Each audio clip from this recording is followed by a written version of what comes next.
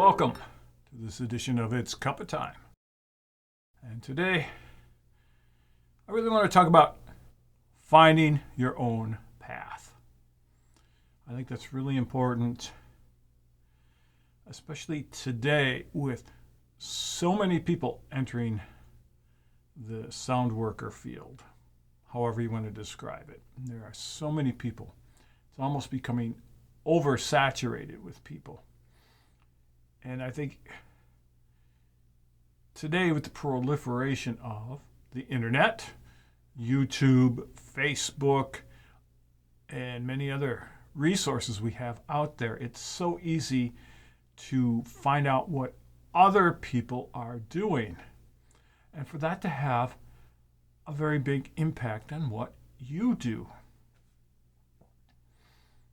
Now, going back in my history, because I've been doing this for such a long time, before this whole sound worker, sound therapy, sound healing, whatever you want to call it, before this whole thing was even a thing,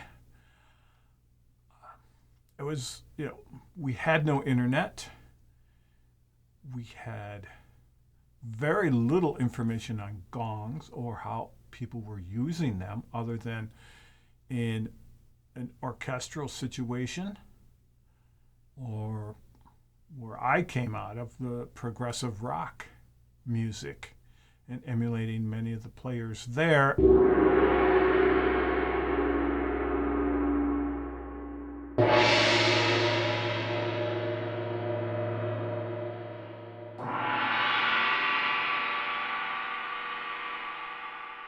And then moving from the progressive rock into the European free improvised movement, where a lot of drummers were using gongs because they were European.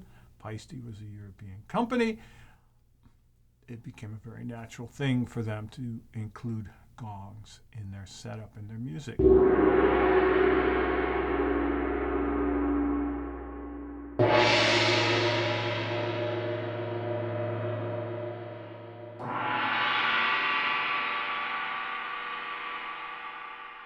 So that was my influence. But what I had mainly were LP records and Paiste catalogs. That was my resources back then. And Paiste put out some great books called Percussion Profiles, which featured all their artists and put their setups in, and maybe a few of the LPs they had played on, and a little verbiage with some pictures. And those became my Bibles, and I studied them religiously because it was the only information out there. But when it comes to actually making sounds and creating music, I was really left to my own devices. I had some influences, like I said, from progressive rock music and free improvised music. But a big part of that was, unless you saw these people play live, you didn't know how they were making the sounds and exactly what they were doing. On a rare occasion, you might see something on television, on one of the late night rock shows they had back in the 70s. You might see Carl Palmer with Emerson, Lake and Palmer, and he had the big gongs with the dragons on the back behind him. And you might see somebody else who might have a gong in their setup, but for the most part, that was few and far between. You had to go to concerts to see these bands live and see these drummers live. Unfortunately, I lived in a small town. I didn't really have access to a wide variety of concerts like I would if I'd have lived in a major town like New York or Chicago or Los Angeles or something like that. So I did what I did. And when it came to learning things, I had to come up with my own ideas. I really had to create my own path because there was nothing before me. And that's a big part of what I want to talk about. If we look at piano, is a perfect example. Piano, or even broader, keyboards, piano, and church organ. There is a very, very deep history that includes a lot of written music, going back to like Bach, who was one of the most masterful composers and musicians ever, and people today are still, playing his music, and even more importantly, studying his music, because it is so well done and there's so much information in it. We go back to Bach and his contemporaries. We move forward a bit, and we get to people like Beethoven, Mozart, other composers, especially people who did a lot for piano, Chopin, Debussy. I could go on and on about composers who wrote for piano or for organ. So if you endeavor to play either or both of those instruments, be a church organist, be a concert pianist, that there's a very deep and rich history of music to draw from. Hundreds of years of history. And it's codified, it's written down. You can go buy the books, you can buy the scores, so that you can sit down and play everything and learn it and study it. So something like that has a lot to draw upon. And then, we just go from like Bach's day to the present. I mean, look at all the people who play piano, organ, and now synthesizers and keyboards. And we can look at, there's an unlimited resource to draw upon, to learn about playing those instruments, that whole family of instruments. Let's look at the gong now. We don't have any of that. There is no Bach or Beethoven or Mozart of the gong. Outside of Asia, China, Indonesia, Philippines, Vietnam, outside of that whole region, the gong itself was adopted as an auxiliary percussion instrument in the symphony orchestra to mainly add crashes and crescendos to the music. If we listen to things like Messiaen or Mussorgsky or a bunch of other classical things, the big thing is, all right, here comes the big crescendo, and it's whoosh, hit that gong to accent everything. Other than that, we see a few people like Puccini, who wrote operas like Madame Butterfly and Turandot, which have parts for tuned bossed gongs, playing melodies, because he was emulating things that he heard from the gamelan orchestras and such. But other than that, the gong has occupied a background position. Like I said, it's an auxiliary percussion instrument used to add either kind of crashy excitement or tone color to the music. And even when we move forward into like the late 60s into the 70s and that, with progressive rock and European improvised music, the gong was still as sort of an auxiliary instrument added to the standard drum set, and mainly, again, used for color. And along that path, which is a pretty short path, I think Puccini and the others, we're talking like the mid to late 1800s. So we're looking at, let's say, 150 years worth of history of these instruments, of the gongs, being used in Western music. And even with Asia going way back, the music is mainly an oral tradition. Things like gamelan in Indonesia, Malaysia, that whole area, kulintang in the Philippines, similar things like that. It's oral tradition where you learn at the foot of the master and you learn by observing and copying things. So none of this music is written down. It's not like, oh, I can get that score or that gamelan piece written 200 years ago, and then I can either study it to get ideas, or I can play parts of it, or we can form an ensemble and play it all. No, it's all done by ear. That tradition, in many ways, is closed off to us unless we immerse ourselves in it and take a trip to Bali or a trip to the Philippines. Or here in the States, if you have a gamelan near you at a university or such that you can join up with and play and learn the parts. It's pretty much closed off unless, like myself,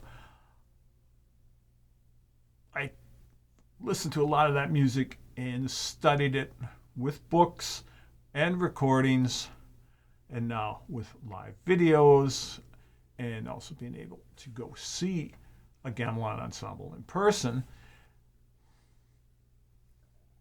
taking things from that, taking ideas. Not exact copies, because I don't have a gamelan. I don't, I live in Milwaukee. We don't have, as far as I know, a gamelan ensemble here. If I knew about it, I would certainly be a part of it. I know there's one in Chicago and some other places. For me, it's always been borrowing ideas, and to a greater part, borrowing the spirit of what people are doing. I think that's really important. None of the music that I play is traditional gong music from the Orient, from anywhere. The music I play is my own music, my own compositions, my own improvisations. But I have done my studying, much reading, much listening, and now, like I said, much watching, like on YouTube, and picked up ideas. And I think the most important thing is just picking up the spirit of the performers and what they are doing.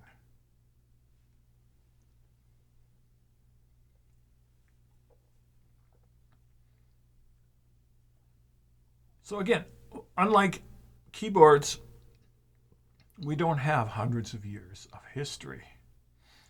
Our history is really very short, 150 years of orchestral music using gongs, again, for color, some melodic things, and then moving up into, say, the past 80, 90 years. Let's see, John Cage started really, and Lou Harrison and some of these other people started using gongs in percussion ensemble music about 1940-ish. So what is that, 67? That's about 80 years of history there. So we can get scores for various music that these people have written and play them, study them, and such. But there's really not a lot of resources for gongs. So it's all about really coming up with your own ideas. But like I said, let's set this down here. If we look at today, again, we have all these sonic and visual resources of recordings and videos and people playing live and doing their gong work, their gong sessions, gong baths, whatever you want to call it or define it as. And there's a lot of that out there. Various styles, various qualities. And it can be very influential, especially for somebody starting out, somebody new who doesn't know which way to turn. And again, because we do not have that history, that codified history of sheet music and things like that, that someone can turn to and go, oh, here, you want to play the gong. Here's the book, How to Play the Gong.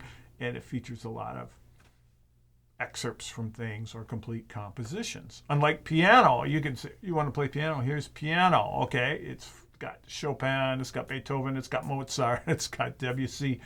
It's got all these composers in it. And there's a repertoire. We do not have repertoire. So what am I getting at? Well, I think the important thing is to find your own niche. Or as the great philosopher and expert on myths, Joseph Campbell would say, to follow your bliss. I'd like to just read something from Campbell here. This is a great quote. It says, and here's Campbell speaking from Pathways to Bliss. There's nothing you can do that's more important than being fulfilled. You become a sign, you become a signal, transparent to transcendence. In this way, you will find, live, and become a realization of your own personal myth.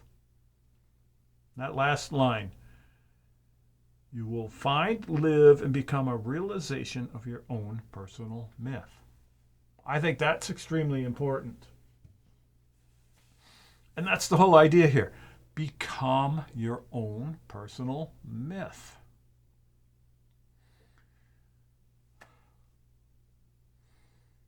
It's very easy, as I said, to watch videos or to go to live instruction, various gong camps, gong seminars, gong weekends, a lot of different types of teachers out there. It's easy to go and spend 2, 3, 8, 10 days learning the gong with somebody and being extremely influenced by them, and coming home and copying exactly what you learned. That's very easy to do. And I think, especially if you are really into one type of person and their style and what they do, so you keep going to their sessions and watching their videos and reading their blogs and whatever else they have. And unfortunately, I mean, that's very good. There's nothing wrong with that, but that can become much like putting blinders on, where you only see straight ahead and you're missing all this peripheral stuff from elsewhere. So even if, let's take me as an example. If you watch all my videos and you come to my gong sessions, and when I have a workshop, you come to my live workshop, and I'm the only person you follow, I think that's really kind of short-sighted. I appreciate it. It's great, but I think it's short-sighted because you're only getting one side of the story. You're getting my side. You're getting my story, my own personal myth. So I think it's important to broaden your whole perspective on things. Don't just follow one person. It's like when I was teaching drum set, I would get students and they'd be like, Led Zeppelin, man, I just listen to Led Zeppelin and John Bonham, and he's the best and the greatest, and that's the only thing I want to do, and I want to play just like that, and that's all I want. I would try to get them to, you got to listen to other stuff. John Bonham, as great a drummer as he was, he listened to a wide variety of music, and you can hear it in his playing. He listened to blues, he listened to jazz, he listened to all kinds of different things, and brought those influences to create his own personal myth, which is a gigantic myth, and it persists today. Even, what did he die in 1980? I think it was 43 years ago, and John Bonham is still looked at as one of the greatest drum set drummers ever, and people still listen to him and study him and all. Because he created a personal myth, but he didn't come out of nowhere with it. He had influences. And we can look at any musician, whatever instrument they play, and they didn't just show up playing their instrument fully formed. They learned. They were beginners, neophytes, however you want to describe it, and they learned, and they listened to recordings, and they went to live concerts, and they stole ideas from everybody, and they turned them a little bit and twisted them and made them their own and created, again, their own personal myth, their own personal style. So I think that's really important with the gongs, even though in many ways it's more difficult. I mean, if you want to play guitar, I mean, there's sheet music. You can get books on all your favorite bands. You can get books on technical studies, scales, arpeggios, the different modes, things like that. You can even play Bach on guitar and stuff like that. So much more curriculum for that instrument if you want to go that way. Or you can learn it all by ear, which is fine. But there's, again, more history and more background to the guitar, or pick any other instrument. Like I said, with the gong, this is such a new thing other than in the symphony orchestra or in the academic world of playing in a college percussion ensemble or taking a college percussion course. In the gongs, it's really open, which, like I said, is exciting because there's a lot of room to create your own personal myth, as Campbell would say. There's a lot of place to be you and become really a part of this whole lineage towards the future. And like I said, let me look at Campbell's thing again here. I like the way he phrases it. There's nothing you can do that's more important than being fulfilled. Here's what I think is really key. You become a sign, you become a signal, transparent to transcendence in this way. You will find, live, and become a realization of your own personal myth. But I like that part. You become a sign, you become a signal. Look at all the people that you like, especially if you are a musician other than the gong and you play guitar or keyboards or drums or trumpet or anything. Look at your heroes and how they were a sign and they were a signal to you. And I can trace my lineage in percussion in the various directions I went, drum set percussion, jazz and rock, improvised music. I can trace, through classical percussion, Asian music, and improvised percussion, both American and European, which are totally different. I can trace my lineage through various players that I followed and learned from and absorbed what they did. Brought it in here, brought it in here, brought it in here, mixed it all up, stirred it up, made something new out of it, and then presenting it. And again, becoming a sign, becoming a signal for you. You're watching my video. Perhaps you are subscribed to my channel and you watch every week, or you're on my Patreon and you see the videos there, or you read my blogs, my books, my magazine articles, all the things that I've transmitted out there. Perhaps I'm some sort of a sign or signal to you. And in return, you can be the same to others. And many of you are that to me also, because I continue to learn from people around me. So that's what I'm getting at. It's just, be yourself. It's easy to be influenced by others and copy. And we all have to copy things at first. But then take things and change them, put your own spin on them and make it a little different. And you might take something from this person and something from that person and put them together and you have a whole new idea. But do that. We're so young in this gong thing. I wish I could live like another 100, 150 years. Let's say like 2300 or such, 2350, things like that. What is this all going to be like? What is this whole sound field going to be like with gongs and bowls and bells and whatever new instruments are invented? And, I even look at all the gong makers now who are making new styles of gongs out of different materials and making different shapes and sounds. And it's all so exciting. And it's so, again, it's so new. We're really at the cusp of this whole thing. So be yourself. That's the best thing. Be yourself. Find your own bliss. Find your own pathway. And then just be it. I think that's the best thing you can do. And that's all I ever try to do is just be me, present me, be the best me I can, and let you take it or leave it.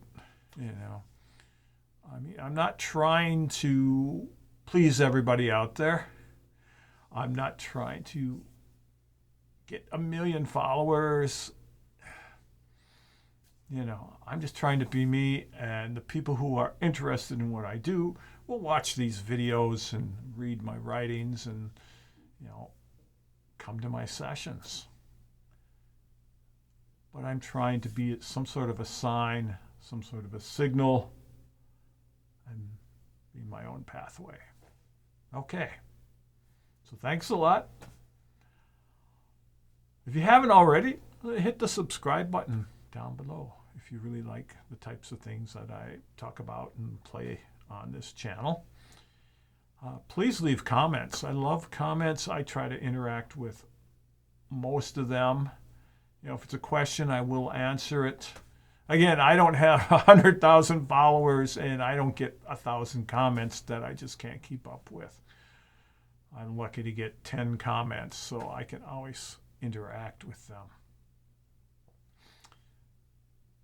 Tell others about my channel and what I'm doing if you like it. Spread the word. I would appreciate it. So thanks for being here. And if you want a deeper look at things, have a look at my Patreon, which I have linked down below. For $10 a month, you can get exclusive videos and writings and other materials. There's some PDF exercises that I recently put up. Technical things for becoming a better gong player. Actually, it was called Drumming for Non-Drummers. So I put together a video and an accompanying PDF with exercises that you can work on to improve your technique, even if you are not a musician and don't read music. It's all in there. So sign up, check it out down below, my Patreon. Lots of great stuff on there that is not anywhere else. And I will see you at the next cup of time. Thanks. Take care.